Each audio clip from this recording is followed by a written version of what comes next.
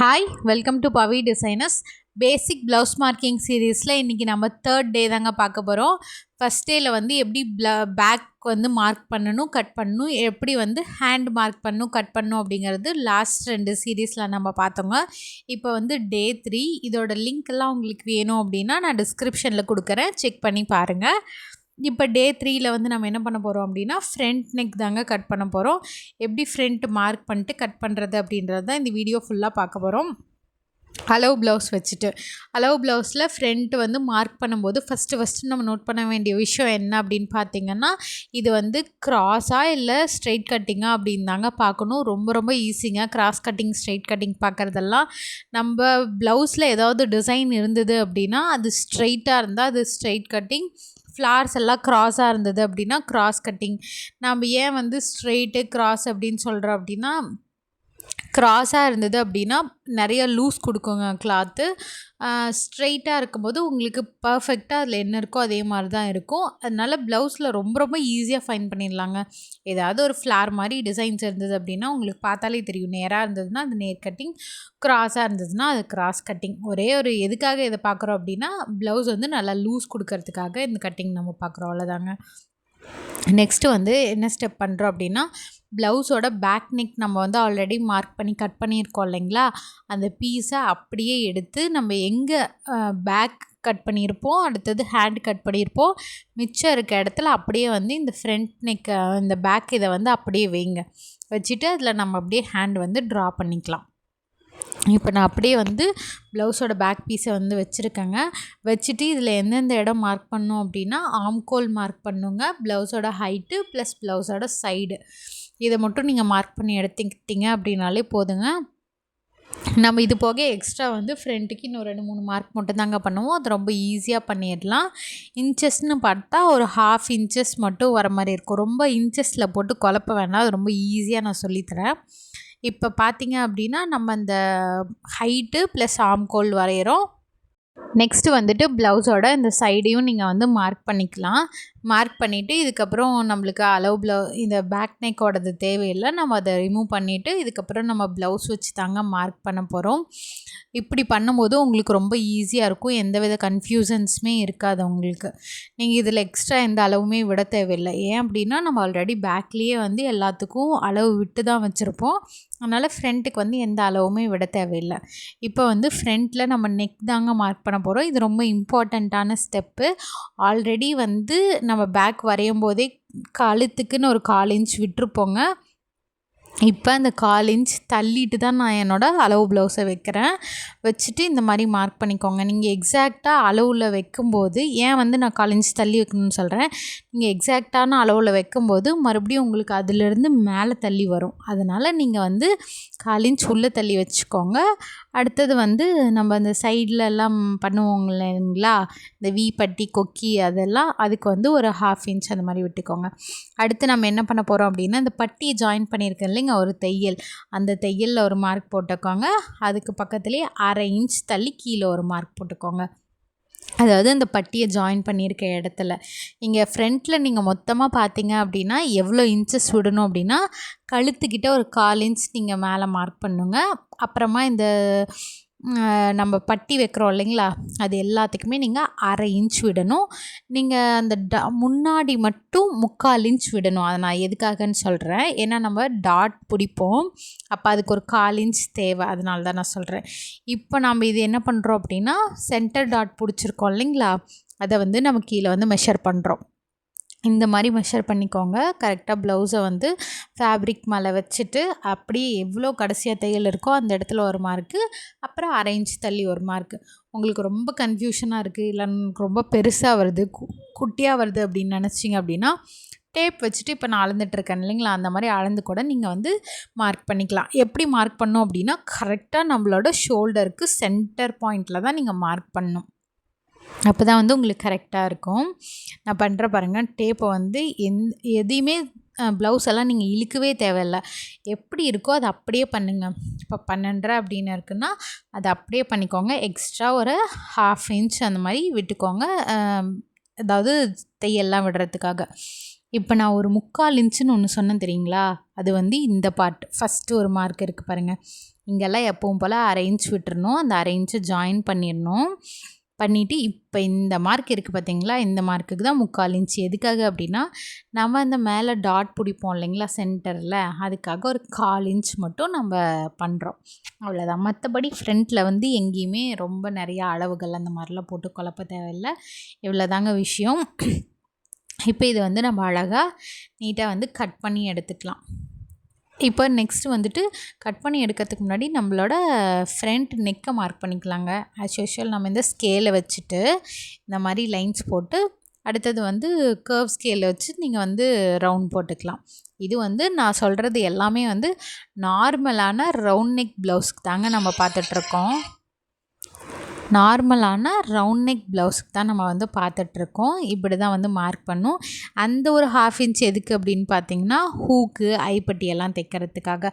நீங்கள் பிகினராக இருக்கும்போது நெக்லலாம் எனக்கு ரொம்ப டவுட் வருதுங்க அப்படின்னா, இந்த மாதிரி வந்து வச்சு பார்த்துக்கலாம். நீங்கள் இப்படி வச்சு பார்க்கும்போது உங்களுக்கு நெக்கெல்லாம் எந்த அளவுக்கு நம்ம கரெக்டாக ட்ரா பண்ணியிருக்கோமா அப்படின்னு தெரியும். அப்படி இல்லை அப்படின்னாலும் நான் இன்னொரு டிப்பும் தரேன் பாருங்கள்.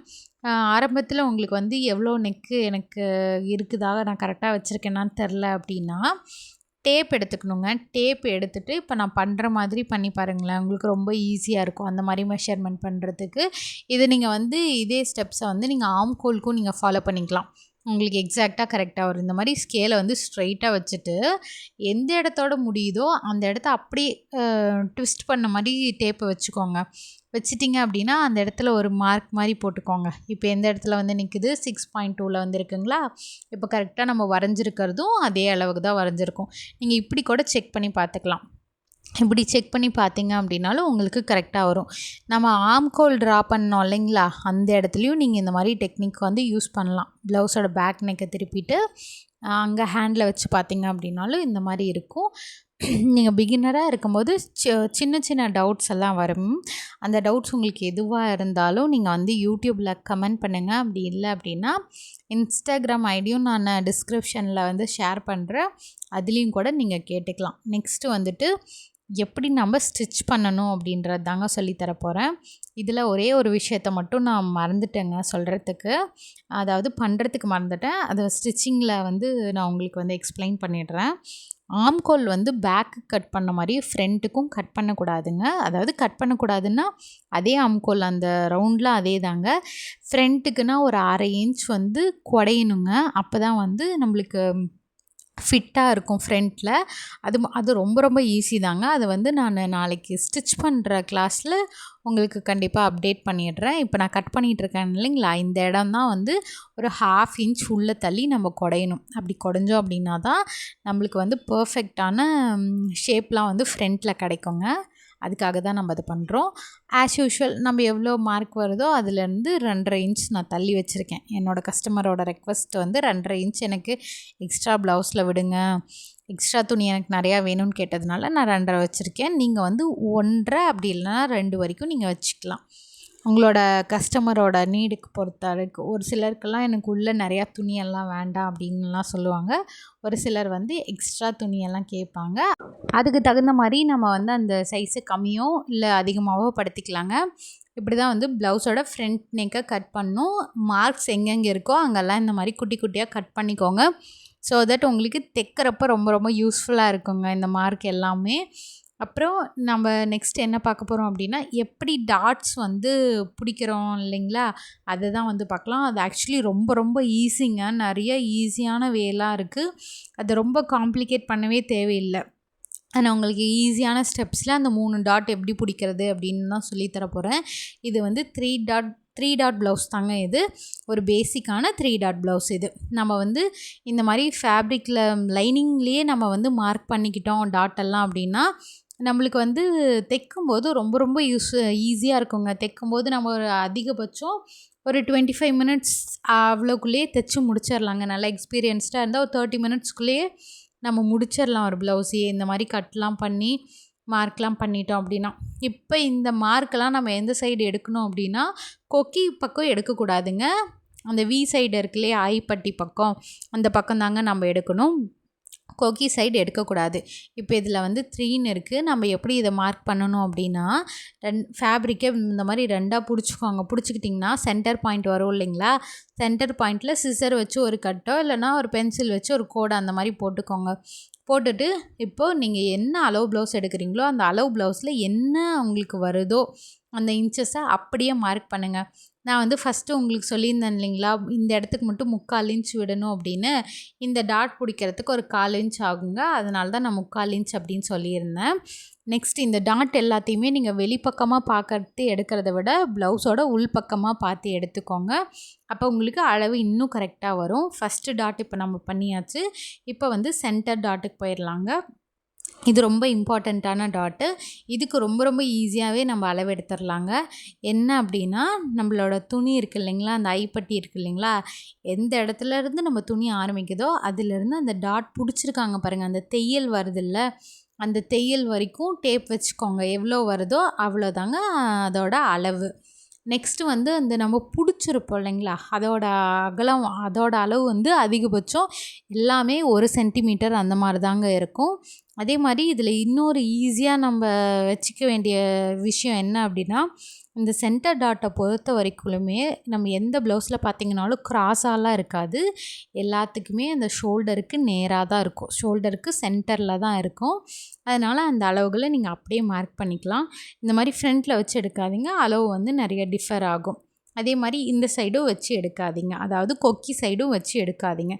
இப்போ வந்து எனக்கு அதில் 4 இருந்ததுங்க. நான் அப்படியே வந்து 4 வந்து மார்க் பண்ணிக்கிறேன்.